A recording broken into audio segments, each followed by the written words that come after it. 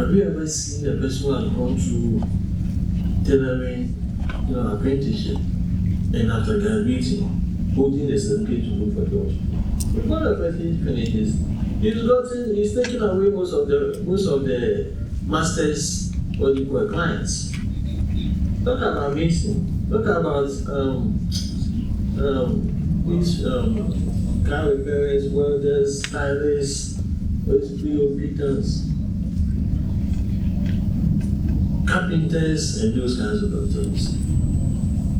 At least, if for nothing at all, on daily basis, they can be able to do some small work and get something to buy food to eat.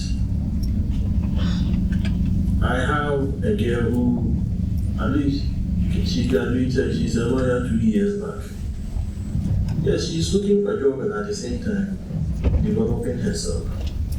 But one good thing about it is that on a daily basis she goes to court and she doesn't ask me for money any longer.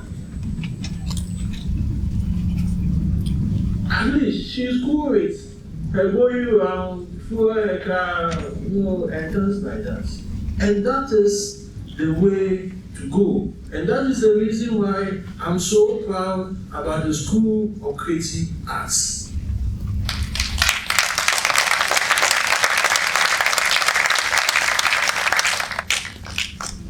It is interesting that most of the good things that we do here, because of bad publicity, even people don't know what we do. And the faculty seems not to be advertising itself, very well. Let me tell you a story. When I joined this university first as a vice chancellor, because I've been with this university since 2003 as a lecturer. But when now I came as a vice chancellor, this young guy who seems to be spearheading what we are going to dialoguing on, his issue came before me. I looked at the whole thing. I had a discussion with him. And I looked at his face. And I looked at the way he was articulating his issues. What was so funny about him was the hair bushy hair. And I asked, why have you left your hair bushy like this? But you know what? I saw him as a talented person, full of knowledge and skills. But I didn't tell him anything, whether it was spiritual or physical. I saw something in him so different. And so I promised him, look, your issue will be resolved. You take my word. Subsequently and softly, I tried to motivate him to get out of those, mental stress. And so occasionally I will engage him on what and do this for me, to let him know that nobody hates him in the system, and we can regenerate him. I also saw that he was doing marvelously at the center that conducted this research. And so, I remember he came to me, he told me, he said, I need somebody to join me to do the work that I'm doing. And I also need a secretary. I asked him, if I give you these two people, can you make that center for research in culture and creative art, can you make it sustainable? And he told me yes. That time I was having only about 3 or 4, about 5, clearance. Very scarce clearance. I told him I'll give you one. In addition, I also add a secretary to your place, because I know what you can do. And I'm telling you today, I decided to leave all my important work and come here, equally important work, because I'm so proud of him.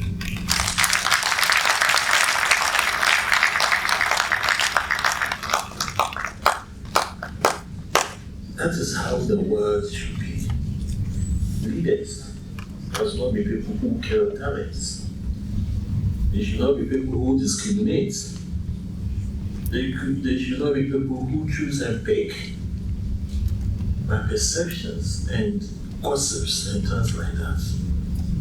And so, Professor and your dean, I'm so proud of you guys. And I encourage you to do more. To help our nation to develop. These two studies, that's a pension scheme for Ghanaian creatives and also sustainable national apprenticeship, constitute urgent blueprints addressing two critical pillars of Ghana's socio-economic future: social justice for creatives and the youth. Distinguished participants, Ghana's creative industry remains a powerhouse, yet the lack of comprehensive retirement security poses an existential threat to practitioners, particularly as they face challenges transitioning out of careers due to age or health-related incapacity. We've witnessed it. We've seen it. People who were doing very well, all of a sudden begging for some people to support them to pay their rents, just rents. And as a result of stress, within some few days, they just die off.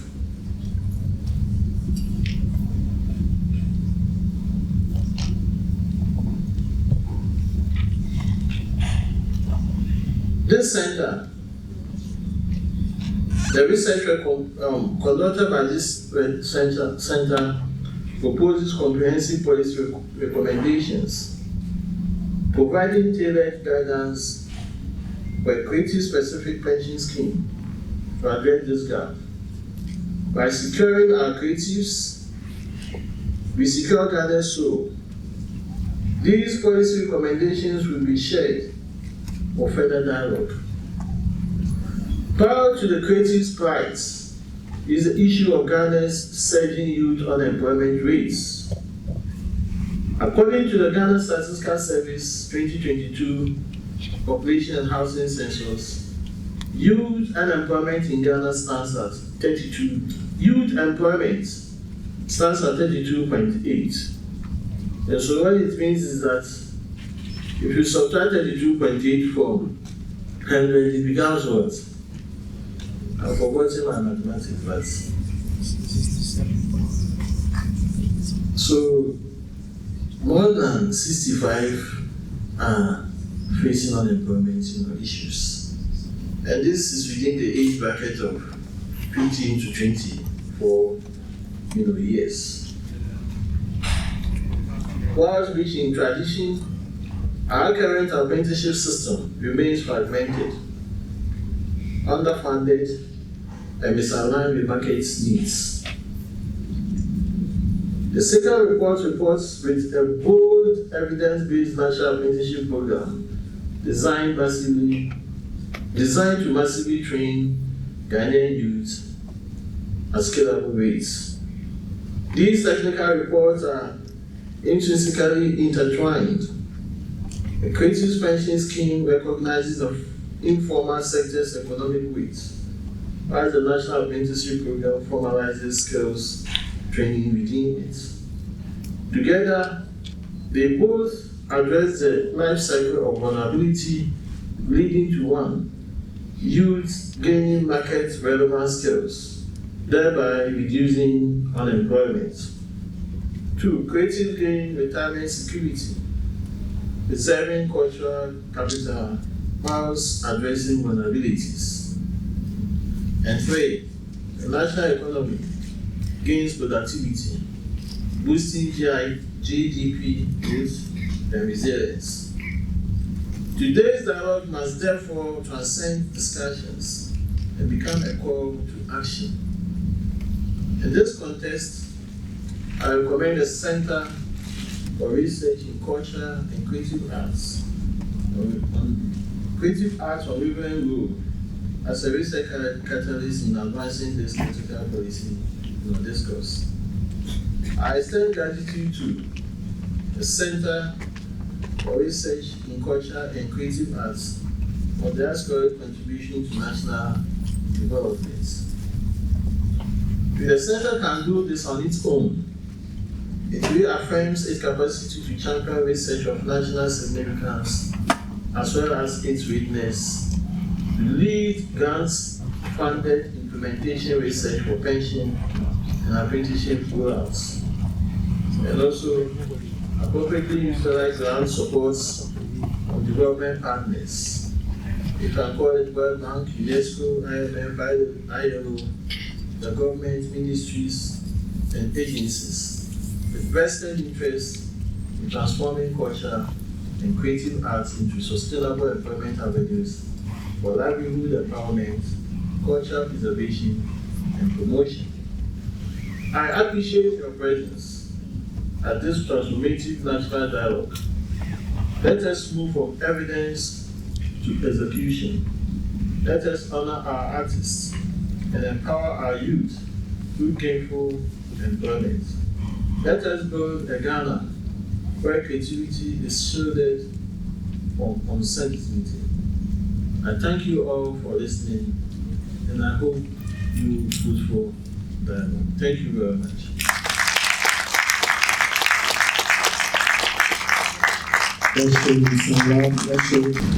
VC giving a speech makes my work very simple but very tough, because there's nothing that I will say much that he hasn't said. However, I'll try and say something. The chairperson of the occasion, Professor Stephen Dobson Mitchell, Dean, School of Creative Arts, Director SECA, professors, heads of departments, distinguished presenters, stakeholders and representatives from the creative industry, honorable guests from the ministries, colleagues from academia, students, ladies and gentlemen, good morning. It is a great honor and privilege to warmly welcome you all to this very important policy dialogue program, organized under the auspices of Center for Research in Culture and Creative Arts in the School of Creative Arts, University of Education, Winneba.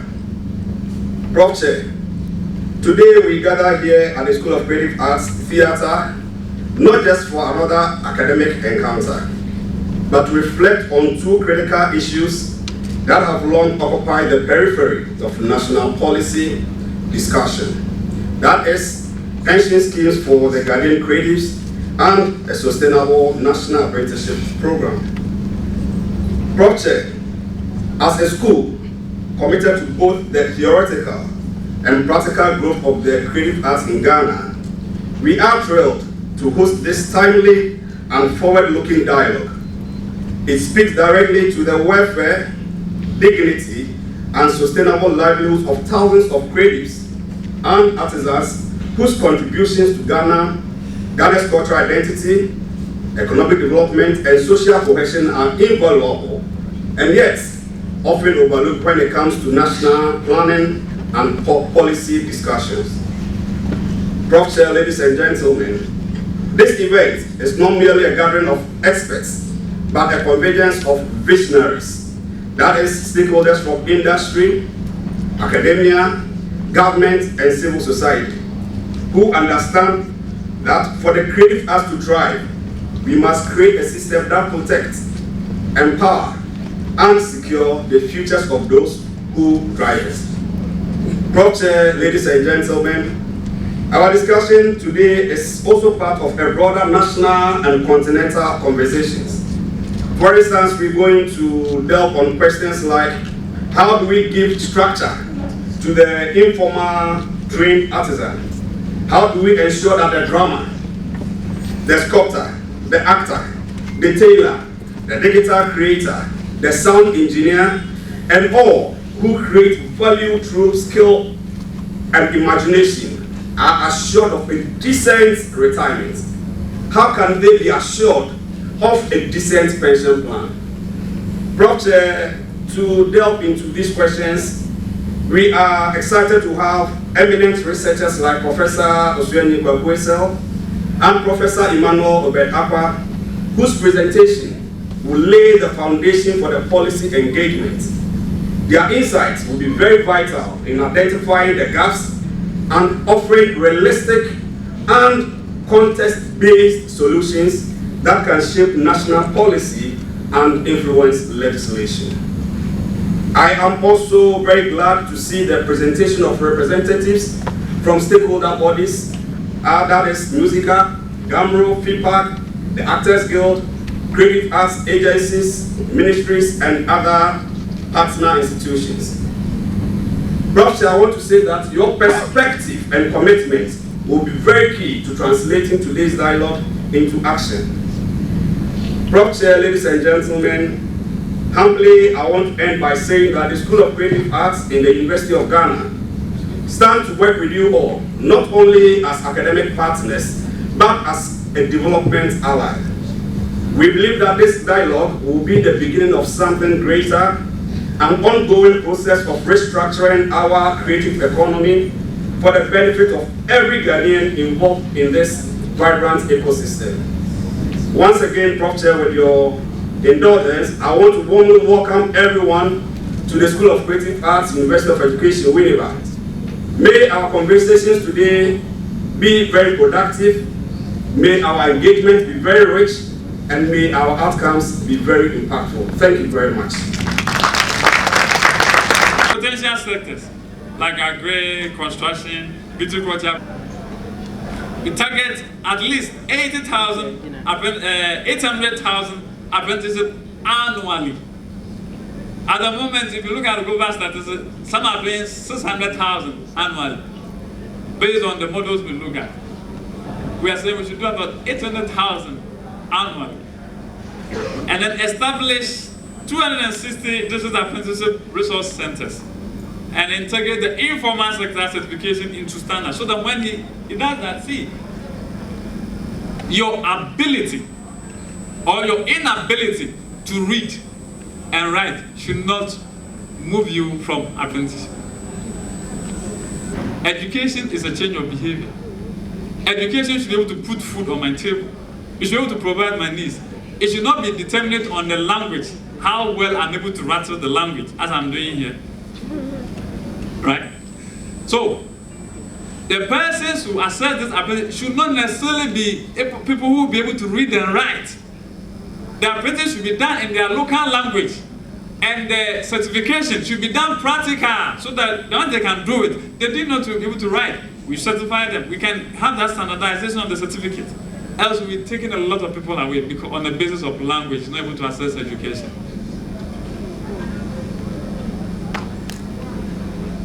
If acquiring language gives you a better or gives you employment, if I say give you employment, that like those who are finished GHS and SSS and university, they should be having job now.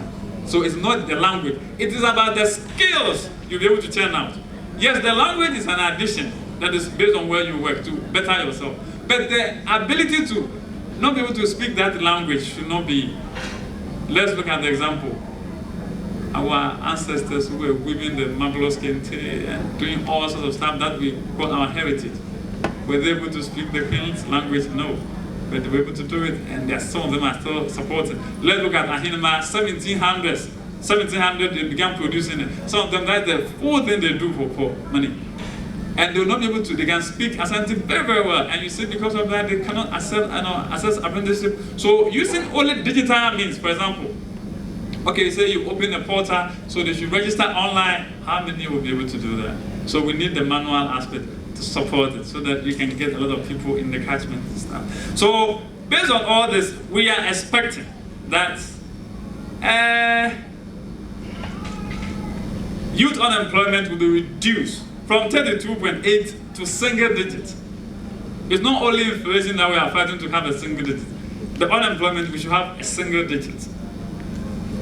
And then 70% job placement for certified apprentices. 70%. Because studies have shown that those who have the skills, go through apprenticeship, they easily get a job or create, so they can be self-employed or because they have the skill. And then again, we are very optimistic that all things being equal, when we're able to do this, we'll be able to contribute about 5 to 7% to GDP, because these people will be working. They are not going to rely so much on people for their livelihood, and whatever they do, they pay taxes and do things, and it's going to run the economy. So indeed, we're going to increase the 24-hour economy.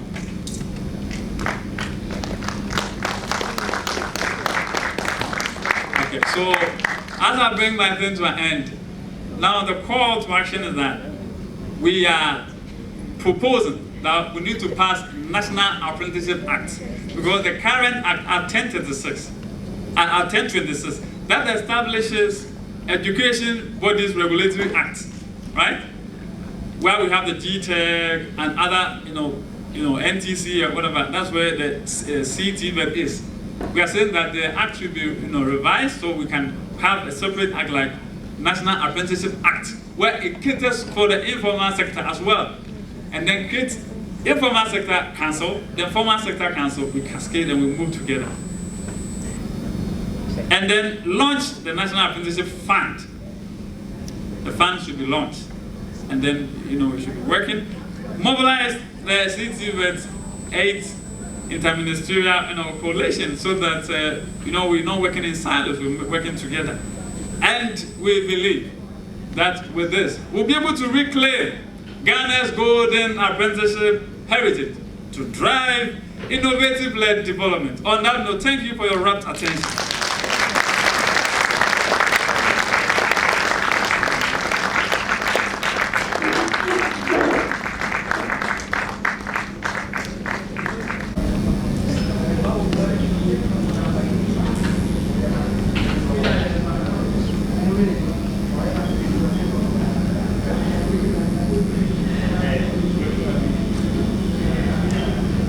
Thank you very much, Binuska.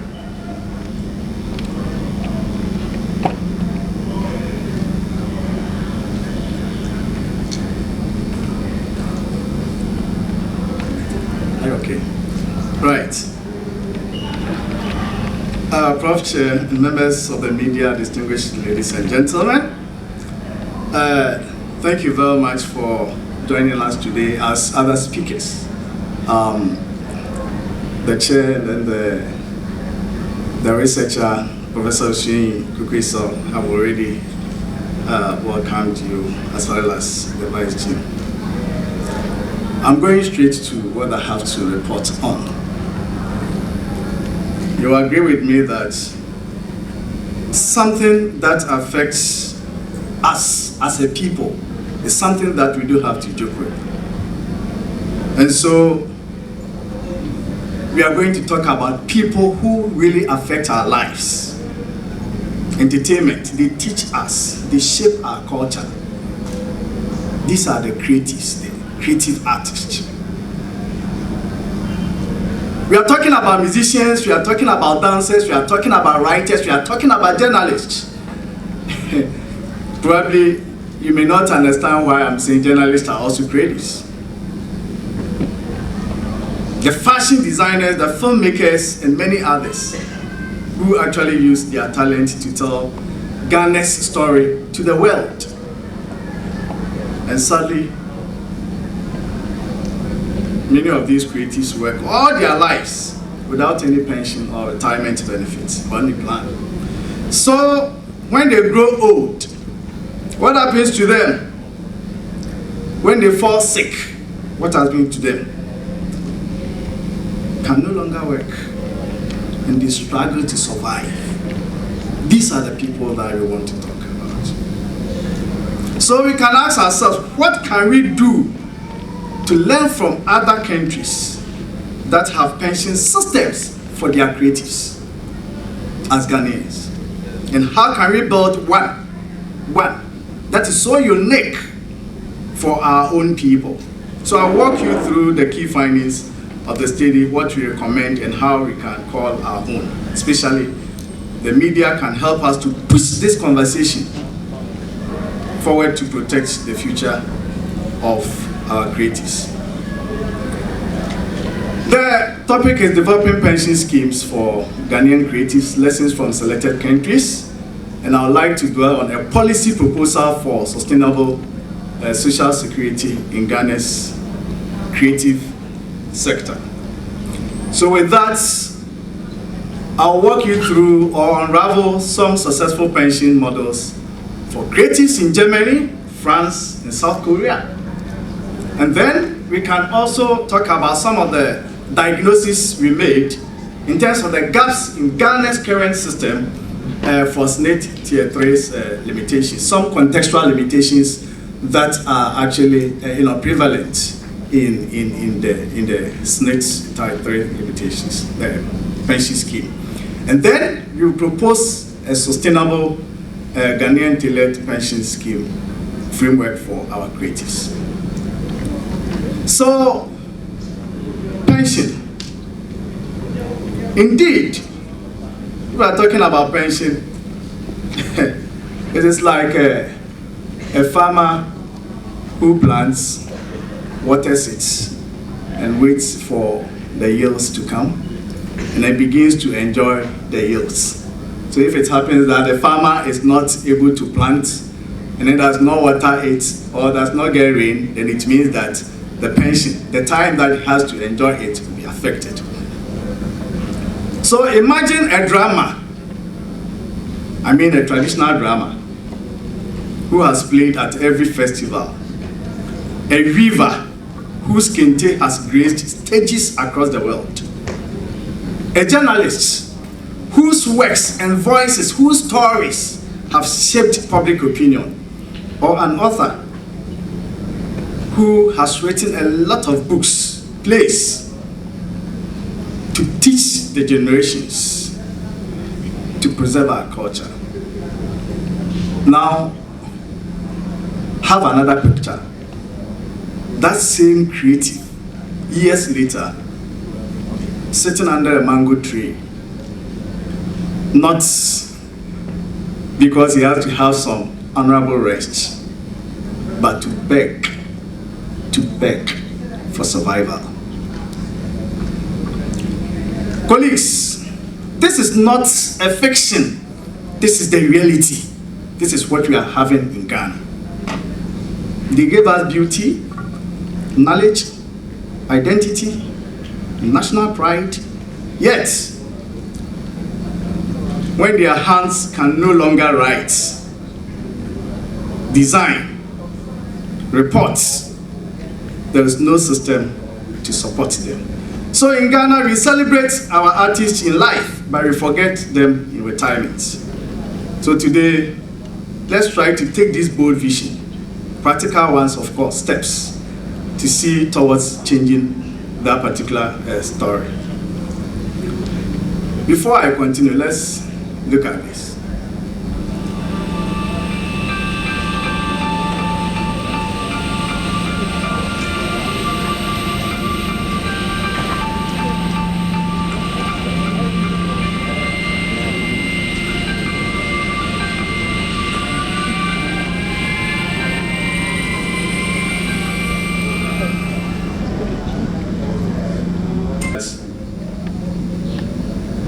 It happens that such a person can no longer have the energy to do something.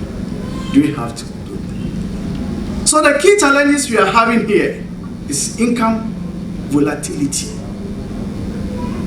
You see, so earnings are project-based. Once they get it, that's all. It's unpredictable. So, and we have employment informality. Most creatives are self-employed, and you agree with me, with no employer-backed pensions. And then we have the policy gaps, which I've already spoken about. And then, gender disparities. Sometimes, female creatives face additional barriers, career breaks, because of marriage and its own circumstances. These are the people that we have to think about. Let me quickly show you some of the things that have appeared on the social media. This is musical appeals for support for aging and sick musicians. Super OD's wife, grateful for Mohammed's continuous support to family. The wife of the veteran, however, disclosed that the former president gave them some money for their upkeep.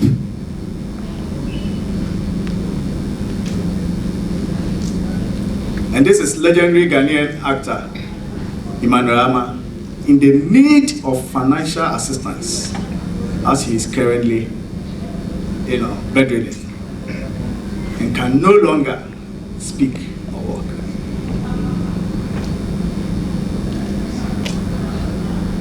We need the help for our brother Kumfokwade's family appeals. Mahama funds personal upkeep of over 20 aged actors and musicians every 3 months. This was said by Mr. Beautiful. And you remember taxi driver? Titi. Titi appealed for funds to undergo heart surgery. So, who should talk about this?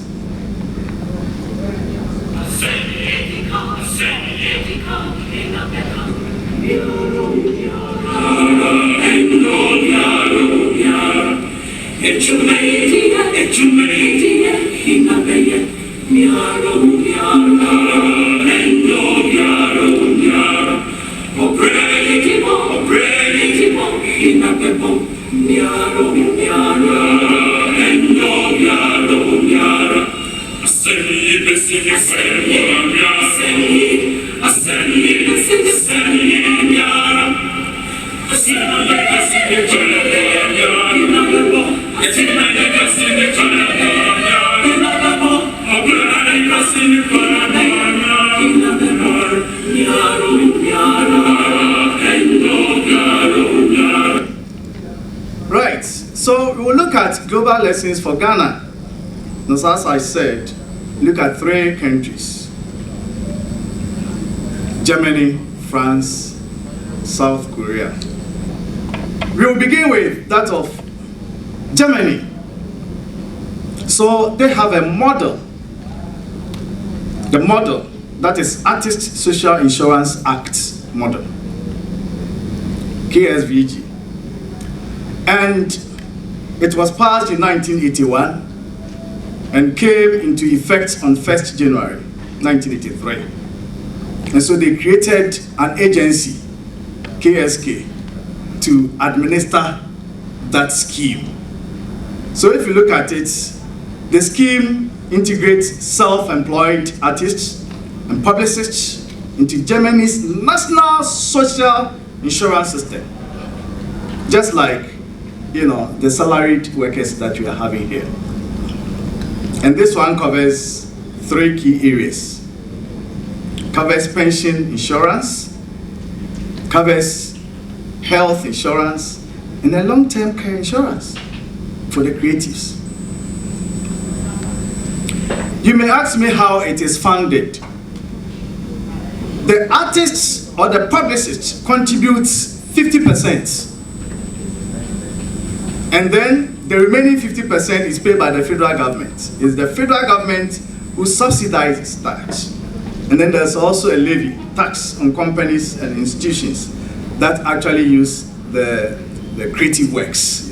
They also have to pay something. So it's a kind of tripartite, pension scheme that they have for them. And this one covers visual and performing artists, musicians, writers, journalists, designers, teachers of the arts, all of them. So, but not hobbyists. If your hobby is to do certain kind of thing, you are not covered. You are not part. And so to qualify actually for this, You must be employed. You must engage as a creative or as a creative. You must engage and establish yourself. Be self-employed. And then you should also earn some kind of regular amount to be able to contribute to the fund. So Ghana can learn from this, isn't it? Because you see, we can learn from the structure and its flexibility. Very flexible. It recognizes the irregular income of creatives, and it uses the tripartite model. It is also legally backed. So once that is done, I think that we can go a long way to help our creatives. But in France, if you look at it, the France uses social security model for the creatives. Social security model for the creatives. It operates in a dual social security system for the artists and for the authors. And so it is designed to meet the specific needs of the creative professionals. This one too, it covers visual arts, visual artists, painters. I'm talking about painters, sculptors, illustrators, graphic designers, and all that. And it also covers authors, composers, screenwriters, photographers, all of them, they are covered. So in 2020, both systems were brought under one umbrella, the URSSAF, Artist Authors Platform for Better Coordination and Contribution Collection. I'm only trying to let you know what is actually going on in those countries and see if we can have a model that can also support our creatives. So, the key features of the French model: it has a legal backing, it has a mandatory registration, then it also has a funding. In terms of coverage, it even includes maternity leave. So, like I spoke about the gender issue, if you have a break in a career, some kind of maternity leave is given, the benefits from that. But Ghana, recognizing this, I think that this particular model recognizes creative work as a professional employment.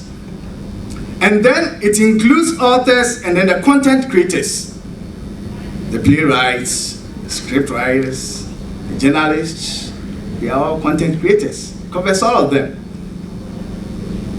And it promotes public awareness and education on creatives' rights, the creatives' rights, as well as obligations. But let's quickly go through the South Korean one, and then we will wind up with that. South Korea, Korea's Artists Welfare Act, they have that act that regulates it.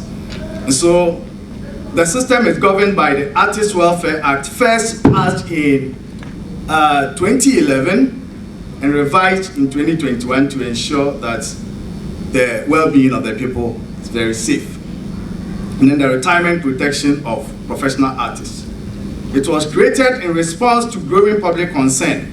There was so much public outcry about that. And so the poor working and living conditions of many Korean artists brought about this kind of thing. And I think that is what we are trying to also begin from here.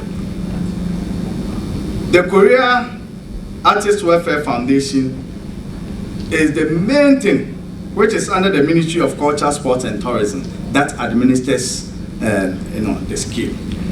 And if you look at the key features, this one has the legal protection, it has a national registry, it has types of support that can be given, funding sources, and then it has some flexible contributions. So it means that this model is also good for that country. It's all encompassing, just like that of the Germany tripartite system. So why should Ghana actually pay attention to this? It is a state-driven, meaning the government takes a central role in protecting artists. And it includes legal aid and professional rights, not just financial assistance. This model places value on career continuity. It is not just end-of-life support, but career continuity. So once you are enrolled onto the scheme, you enjoy it from the very time you become a member to the time you leave the scene. South Korea actually shows us that artist welfare is not charity. If you look at this model, artist welfare is not charity. It is a policy. So by law, they recognize artists, they register them, and then they protect their rights. The rights with retirement, the rights with health care, and the rights with legal support. So Ghana can adapt this model to create a secure and dignified future for our creatives.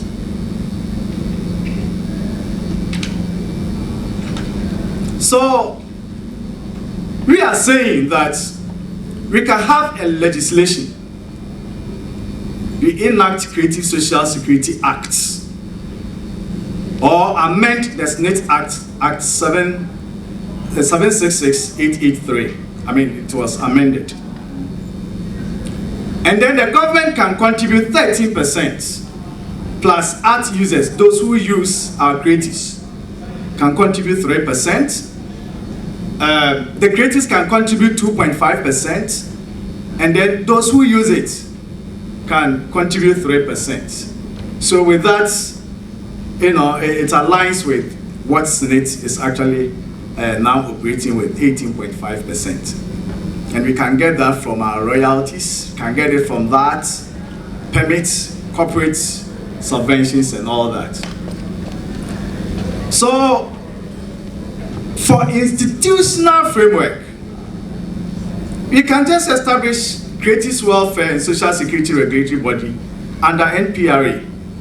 And then we create a National Creatives Registry for identification. And how can we do that? We can start with pensions and then expand to healthcare and career support. And we have to mount a campaign, target the creatives through the media, workshops, and associations. We can have online portals for registration and contributions. We can supplement with manual registrations as well. And then we try to regularly review and adapt to the sector needs.